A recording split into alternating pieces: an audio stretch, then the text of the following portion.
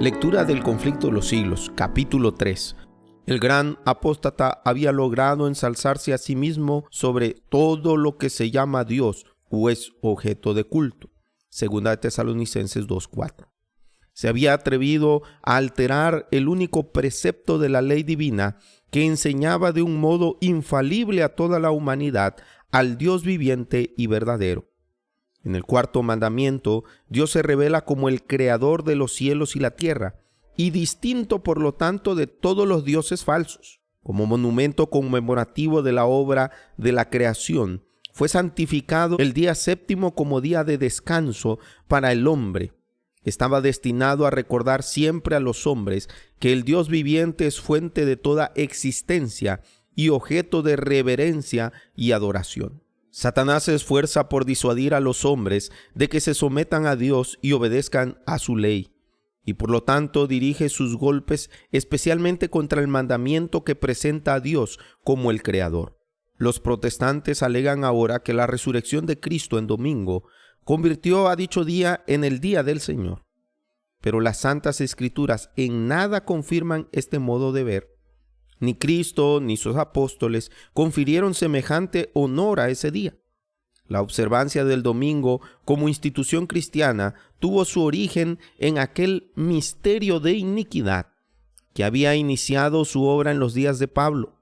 ¿Dónde y cuándo adoptó el Señor a este hijo del papado? ¿Qué razón válida puede darse en favor de un cambio de las Santas Escrituras no sanciona?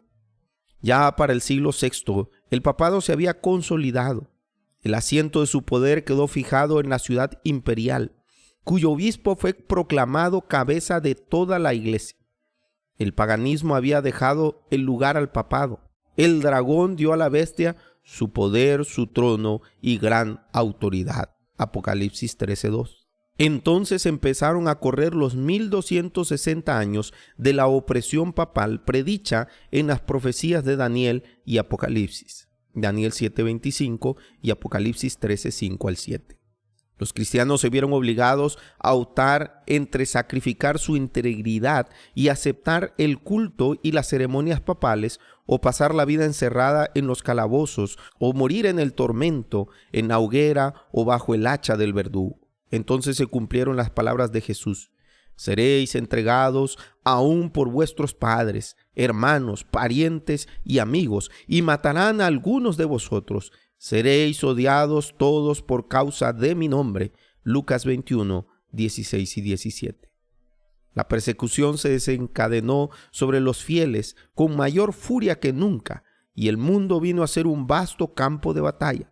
Durante siglos la Iglesia de Cristo no halló más refugio que en la reclusión y en la oscuridad. Así lo dice el profeta. La mujer huyó al desierto, donde tenía un lugar preparado por Dios para ser sustentada allí por 1270 días. Apocalipsis 12:6. La llegada de la Iglesia romana al poder marcó el inicio de la Edad Media. A medida que crecía su poder, las tinieblas se hacían más densas. La fe pasó de Cristo, el verdadero fundamento, al Papa de Roma. En vez de confiar en el Hijo de Dios para obtener el perdón de sus pecados y la salvación eterna, el pueblo recurría al Papa y a los sacerdotes y prelados, a quienes él había investido de autoridad. Se les enseñó que el Papa era su mediador terrenal y que nadie podía acercarse a Dios sino por medio de él. Y para los fieles, el Papa ocupa el lugar de Dios y que por lo tanto debía obedecerlo sin reservas. Con solo desviarse de sus disposiciones, se hacían acreedores de los más severos castigos que habían de imponerse a los cuerpos y almas de los transgresores. Así fueron los espíritus de los hombres desviados de Dios y dirigidos hacia hombres falibles y crueles.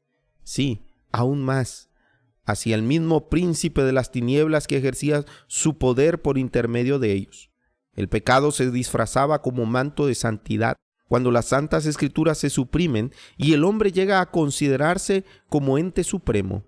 ¿Qué otra cosa podrá esperarse sino fraude, engaño y degradante iniquidad?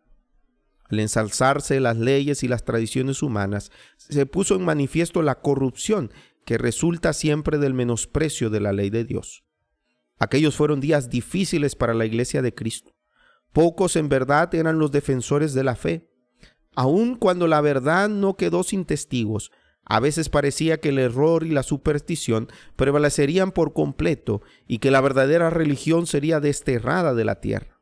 El evangelio se perdía de vista mientras que las formas de religión se multiplicaban y la gente se veía abrumada bajo el peso de exacciones rigurosas.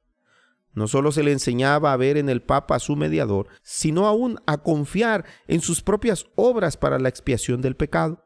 Largas peregrinaciones, obras de penitencia, la adoración de reliquias, la construcción de templos, reliquiarios y altares, la donación de grandes sumas a la iglesia, todas estas cosas y muchas otras parecidas les eran impuestas a los fieles para aplacar la ira de Dios o para asegurarse su favor. Como si Dios, a semejanza de los hombres, se enojara por pequeñeces o pudiera ser apaciguado por regalos y penitencias. A pesar de que los vicios prevalecían, aún entre los jefes de la iglesia romana, su influencia parecía ir siempre en aumento. A finales del siglo VIII, los partidarios del Papa empezaron a sostener que en los primeros tiempos de la iglesia tenían los obispos de Roma el mismo poder espiritual que a la fecha se arrogaban. Para establecer esta pretensión, había que valerse de algunos medios que pronto fueron sugeridos por el padre de la mentira. Los monjes fraguaron viejos manuscritos. Se descubrieron decretos de concilios de los que nunca se había oído hablar hasta entonces y que establecían la supremacía universal del Papa desde los primeros tiempos. Y la iglesia, que había rechazado la verdad, aceptó con avidez estos engaños.